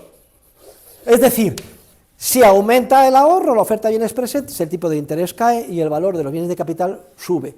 Segundo efecto espontáneo que se superpone con el anterior. El anterior que hemos dicho, disparidad de beneficios. Ojo, aquí hay pérdidas y hay beneficios. Venga, todos para arriba. Segundo efecto, resulta que el valor de los bienes de capital, instalaciones, recursos naturales, ordenadores, etcétera, vehículos industriales, se multiplica cuando el tipo de interés cae. Y entonces eso es otra señal, los precios. Tate a los empresarios que donde se obtiene dinero es produciendo tractores, bienes de capital, etcétera, no dando de comer a la gente ni en el Corte Inglés. Segundo efecto que va en la misma línea. Y tercer efecto, el efecto Ricardo. Vamos a ver quién era el susodicho Ricardo. Vayan ustedes a la página 262. David Ricardo, economista británico del primer tercio del siglo XIX, procedente de familia sefardí española, expulsada por la malos llamados reyes católicos. Qué desastre para nuestra patria. Fernando el Católico, menudo pinta. Trajo la Inquisición a España, además es el modelo nada más y nada menos que del rey carente de escrúpulos de El Príncipe, de Nicolás Maquiavelo. Fíjense ustedes hasta aquel punto que en el Reino Unido, en Estados Unidos, ¿saben ustedes cómo se le llama al demonio? Old Nick, el viejo Nick, en honor de Nicolás Maquiavelo y del Príncipe. Y su modelo era el Putin de la época, nada más y nada menos que Fernando el Católico. Digo el Putin porque se cepilló sin ningún título y porque por sus reales partes, Navarra, igual que Putin quiere hacer con Ucrania. Y para qué hablar de la reina católica, la daremos de comer aparte. No menudos que ellos que la querían santificar, menuda pájara, que llega a un pacto para que le entreguen Granada y lo primero que hace es incumplirlo, un pacto de libertad religiosa, etc. No en vano el cardenal Cisneros, su confesor, se negó a confesar el último lecho de muerte. Bueno, como es lógico, aquellos que fueron con el maletín para que le hicieran santa, volvieron con el rabo entre las piernas y dijeron, bueno, en fin, un desastre. David Ricardo, por tanto, los judíos fueron expulsados de España en 1492, su familia recaló allí, y fue un economista británico, en el 80% bastante penoso, porque fue acólito de Adam Smith y de esa concepción del equilibrio que dio lugar a la escuela clásica, etc. Sin embargo, tiene dos aportaciones de valor. Una es la ley de las ventajas comparativas en el comercio internacional, que sería la base de la ley de asociación de Ricardo, desarrollada así por Ludwig von Mises. Y la otra es esta que vamos a explicar ahora, el llamado efecto Ricardo. Se llama efecto Ricardo, que es un epónimo. Hay un diccionario de epónimos publicado en Edward Elgar y editado por mi gran amigo y compañero Carlos Rodríguez Brown, catedrático de Historia del Pensamiento, junto con, no tan amigo mío, un catedrático neoclásico del equilibrio general, que se llama Segura, Julio Segura. Bueno, pues en este diccionario de epónimos se recoge el término efecto Ricardo, escrito por mí, claro, servidor. Y en realidad se le dio este nombre por Hayek. Hayek, premio Nobel de Economía en el año 74 y mejor alumno de Mises, fue muy generoso intelectualmente, debía de haberle denominado efecto Hayek. Pero le dio, como él intuyó, y es cierto que entre líneas y de manera bastante explícita lo desarrolla Ricardo, le llama efecto Ricardo. ¿Qué es el efecto Ricardo? Es el efecto que tiene el incremento del ahorro sobre los salarios reales. Y vamos a pensar juntos, porque es muy fácil de entender. ¿Qué tiene que ver el ahorro sobre los salarios reales? Pues muy sencillo. Si aumentamos el ahorro, ¿qué pasa? Demandamos muchos menos bienes presentes. Entonces, ¿qué pasa con los bienes de consumo? Con su precio, tiene menos demanda, su precio tiende a caer. De hecho, quedan sin vender en las estanterías, etc. No piensen ustedes que se va a podrir esos bienes, no. Están ahí latentes esperando, porque lo que van a hacer es mantener a los trabajadores que paulatinamente vayan trasladándose hacia proyectos de inversión que maduren en un futuro más lejano. Pero el impacto inmediato es que el precio de los bienes de consumo tiende a caer. Porque si dejamos de ir a los restaurantes, en vez de ir 10 veces, vamos 7 veces y media, y al cine, etcétera, eso se nota. Y el precio de esos bienes cae, tiene mucha menos demanda. Y si todos nosotros como trabajadores percibimos el mismo salario y vemos, sin embargo, que el precio de lo que compramos para vivir, bienes de consumo, comida, alimentos, vestido, cobijo, todo eso cae, ¿qué significa en términos reales con nuestro salario? Ganamos lo mismo, pero todo lo que compramos vale menos. Significa que los salarios reales crecen, que estamos ganando mucho más en términos reales. Y si los salarios reales crecen, como son los precios relativos y la comparación de unos precios con otros, lo que llevan los empresarios, ¿qué les está diciendo? Les está diciendo, ¡tate, ejército de empresarios! La mano de obra, en términos relativos, hoy es más cara. Luego, en el margen, sustituye mano de obra o trabajadores por equipo capital. O expresado más gráficamente, en el margen, a la puta calle, trabajadores, y contrato ordenadores, maquinaria, tractores, ¿Por qué? Porque el aumento del ahorro, al hacer caer los precios de los bienes de consumo, supone un aumento de los salarios reales que dice a los empresarios que es más oneroso contratar mano de obra que equipo capital, y hay que sustituir a los trabajadores por equipo capital. Es un tercer efecto que está diciendo a todos los empresarios que tienen que invertir en equipo capital. Luego, los tres efectos confluyen: disparidad de beneficios, iros hacia arriba, caída del tipo de interés y mayor valor de mercado del equipo capital, producir equipo capital, no bienes de consumo, y luego mano de obra más cara, sustituirla por maquinaria.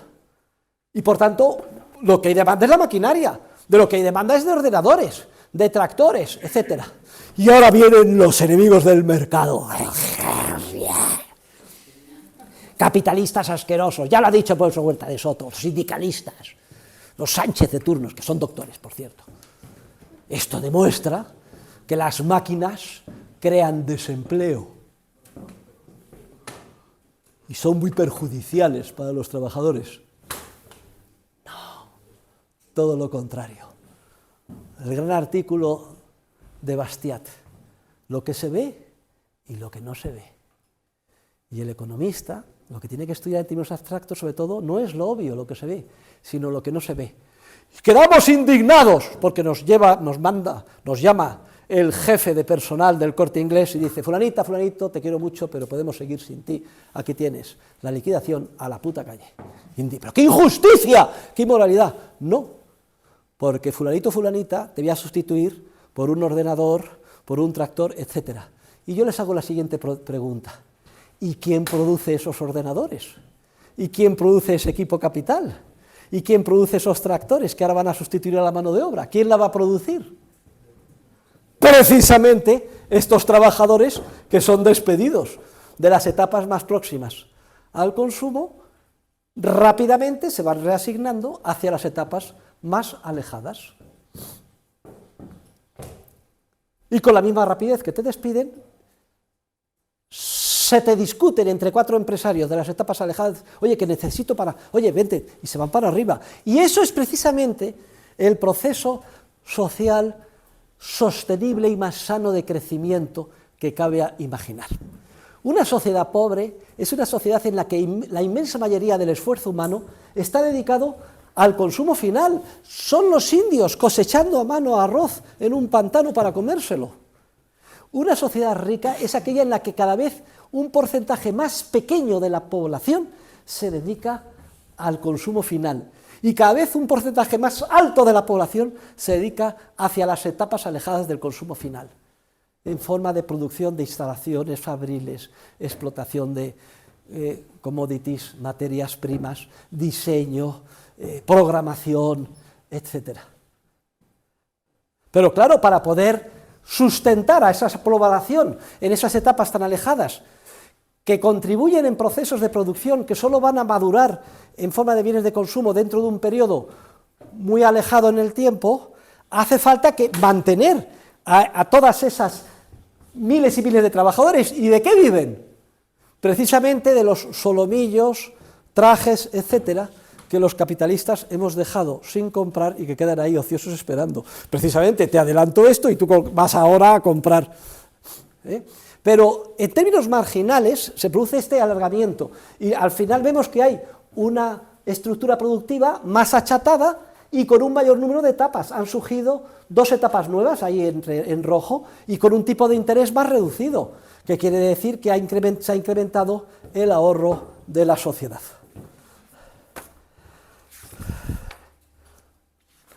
Y al final surge esta etapa más capital intensiva, la tienen en el libro, en la página 266, tienen la distribución entre la renta social bruta y la renta social neta. Al final es la misma, 370, pero un porcentaje mucho más pequeño dedicado al consumo final. Una vez que culminen todas las etapas, después de 7 años, empiezan a llegar bienes de consumo y cada vez mayor porque se produce con tractores, son mucho más productivos, y se llena de bienes de consumo que con una demanda monetaria más baja hace que el precio unitario de los bienes de consumo se ponga por los suelos, y con el mismo salario cada vez podemos comprar más. Es el proceso productivo más sano de desarrollo de la economía que quepa imaginar, lo que se conoce con el nombre de deflación sana, resultado de un aumento de la productividad y no de una contracción monetaria. Pero vamos a la última explicación. Bueno, esto que acabo de explicar es la solución de la paradoja del ahorro. La paradoja del ahorro la hemos estudiado todos los economistas cuando yo era pequeño, en la carrera, se sigue estudiando. Creo que algunos manuales ya de vergüenza torera la han quitado. Y dice lo siguiente: señores, todos los keynesianos, monetaristas, todos, señores, el ahorro será muy bueno a nivel individual, pero a nivel social es lo peor que puede pasar en una sociedad. Porque si se ahorra, las familias consumen menos, se hunden las empresas y todos entramos en barrena, en caída y ¡bum!, se hunde la economía. Lo dicen así. Y por tanto, lo que tienen ustedes que hacer cuando hay una crisis, una recesión o las cosas mal, es la cigarra, consumir. Y en el famoso Plan E, me acuerdo como si fuera ayer, salió Zapatero: estamos en una de las más profundas recesiones que cabe imaginar. Yo, por favor, ruego a todas las economías domésticas españolas que consuman. No ahorren nada. Todo lo que tengan ustedes en sus cuentas corrientes, gástenlo. Y si no tienen capacidad de consumo, pidan préstamo. A partir de mañana, todos a consumir, porque esto es lo que va a salvarnos. Sí. Pero lo que es curioso es que hay muchos economistas que lo dicen, desde Keynes y compañía.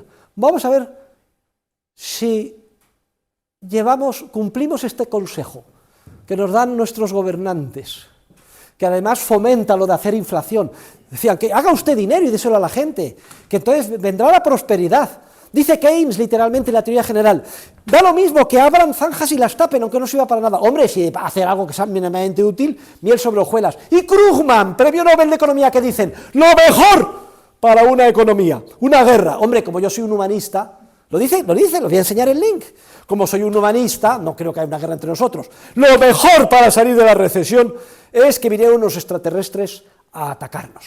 Y entonces los que concebimos la economía como una economía siempre en crisis por falta de demanda agregada, sería el secreto de la prosperidad. Increíble que den el premio Nobel, y todos los muertos que van a quedar entre medias, etcétera. O en el artículo jocoso de Bastiat, del niño que rompe un cristal jugando al fútbol. Se ha roto el cristal, lo mejor para la economía. Esto es cojonudo, porque se ha roto el cristal y entonces, ¿qué hay que hacer? Reponer el cristal, con lo cual se está dando empleo a la fábrica de cristal, pero la fábrica de cristal a su vez tiene que contratar más materia prima. Entonces, la prosperidad. Queridos alumnos, queridos niños del barrio, por favor, a partir de mañana, todos a romper los cristales de todas las casas de vuestros padres.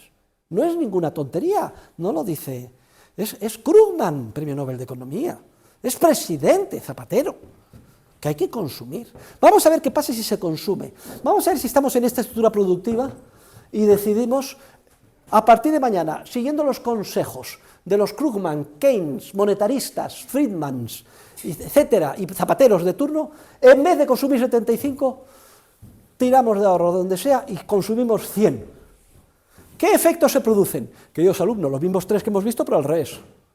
Primer efecto: joder, beneficios disparados en las empresas próximas al consumo. Aquí es que no se encuentra un restaurante, hay que reservar con 3 meses de anticipación. Vas a un restaurante en Mallorca y vamos, te sirven la comida y te la tiran ahí encima, y si no usted está contento, patada en el culo, porque tengo 40 gilipollas de ingleses que comen mierda detrás. ¿Qué coño voy a dar yo buen servicio? ¡Cola! Entonces, si el beneficio está aquí, mucho mayor que arriba, ¿qué está diciendo a los empresarios? Desinvertir en todas las etapas de arriba, que es donde está la mayoría de la gente, e invertir abajo en el consumo. Pero si es que resulta que que consumimos mucho más porque ha disminuido nuestro ahorro, porque aumenta nuestra preferencia temporal, hay mucha menos oferta de bienes presentes. El precio de los bienes presentes en función de los bienes futuros, el tipo de interés, al ver una contracción de ahorro, el tipo de interés se pone por las nubes. En vez de ser del 2%, pasa a ser el 10%, y el valor de hoy de todos los bienes de capital pasa de medio millón a 100.000. Se disminuye una fracción. Segunda señal, dicen los empresarios, no seáis idiotas. No invirtáis en bienes de capital, ni en diseño de coches eléctricos dentro de 10 años, ni en árboles, ni nada. Tenéis que ir directamente a abrir discotecas, restaurantes, etcétera. Cerrar todo lo de arriba. Y luego está el efecto Ricardo, pero al revés. Porque si resulta que consumimos mucho más y hay una demanda monetaria tremenda de golpe y sopetón, ¿qué pasa con el precio de los bienes del consumo? ¿Qué? Sube como la espuma. Y si sube como la espuma, ¿qué pasa con nuestros salarios reales? Que caen. ¿Y esto qué significa? ¿Qué indica a los empresarios? Que en términos relativos es más barata la mano de obra que el equipo capital y que hay que contratar más turnos de mano de obra, pero nada de ordenadores ni de máquinas. Y si no hay suficiente mano de obra, que venga de fuera. Recibimos con los brazos abiertos a todos los marroquíes que hagan falta, y sobre todo a nuestros hermanos de sangre, los hispanoamericanos. Ya hay 7 millones en España, y son pocos, necesitamos más gente. Venga más mano de obra, pero equipo capital, cero. Y queridos alumnos, al final, ¿cuál es el resultado? Como les he dicho, la inmensa mayoría del esfuerzo de los trabajadores están en las etapas que entran en crisis, si decidimos consumir más, y por tanto cierran y despiden, y se produce una contracción tremenda. Y como tienen menos salarios porque se van a la calle y no pueden encontrar trabajo, ya lo vamos a ver en las próximas clases, al final termina el consumo que se fomentó de manera artificial en un primer momento, contrayéndose. No es que el consumo sea la causa de las crisis, es simplemente una manifestación final de lo que sucede cuando se manipula el proceso espontáneo de coordinación entre la decisión de los que invierten a corto plazo y los que invierten a largo plazo, a través de tipos de interés no manipulados. Cuando se manipula ese tipo de interés, ya veremos cómo se hace. Además, no les debe costar a ustedes mucho esfuerzo, porque como ya saben que se crea de la nada dinero por el sistema bancario que opera con reserva fraccionaria, que todo lo orquestan los bancos centrales y que el dinero de nueva creación se inyecta en el sistema rebajando el tipo de interés, ya es que ya les encaja todo, ya están ustedes a punto de ver la luz y ver cómo encajan todas las piezas de este aparente puzzle. Cuando se fomenta artificialmente el consumo, se pasa de aquí a aquí, se termina una estructura productiva más achatada, cuanto más achatada, más pobre, más próxima a la de la India, más cosechando a mano, menos capital intensiva. Y esto se llama economía en regresión. Y es muy fácil de entender. Lo que he explicado en realidad no hay que ser Einstein para entenderlo. Por cierto, Einstein era un analfabeto absoluto en términos de teoría económica. Jamás entendió nada de teoría económica y hizo un daño muy grande. Él pensaba que lo mejor era, pues eso, el intervencionismo, la planificación, el socialismo y los ingenieros sociales, como él mandando. Pero bueno, es una forma coloquial de hablar. La clase de hoy es la más importante que debe saber un economista. Denle vueltas, estudienle, si tienen alguna duda me consultan, y el jueves vamos a explicar, y terminando este capítulo, la teoría austríaca o del ciclo económico, también llamada teoría del crédito circulatorio, que explica qué pasa cuando se crea de la nada dinero y se presta a los empresarios como si el ahorro de la sociedad hubiera aumentado sin que tal cosa suceda. ¿Es posible el círculo virtuoso? ¿Es posible el mejor de los mundos? ¿Es posible una estructura productiva más capital intensiva y que aumente la prosperidad de todos, pero sin que sea necesario que nadie se sacrifique ni que ahorre? Esa es la gran tentación que constantemente nos acecha y que nos presentan nuestros políticos para que piquemos, con trágicas consecuencias, como vemos en Argentina, Venezuela, y no hay que irse tan lejos, en la propia España, con 5 millones de parados y 1 millón de familias con todos sus miembros en paro o desempleo, hace no muchos años, por culpa de estos errores gravísimos de política económica fundamentados en el error de la teoría económica que se enseña en estas aulas. Muchas gracias a todos y hasta el jueves. A ver si me pueden dar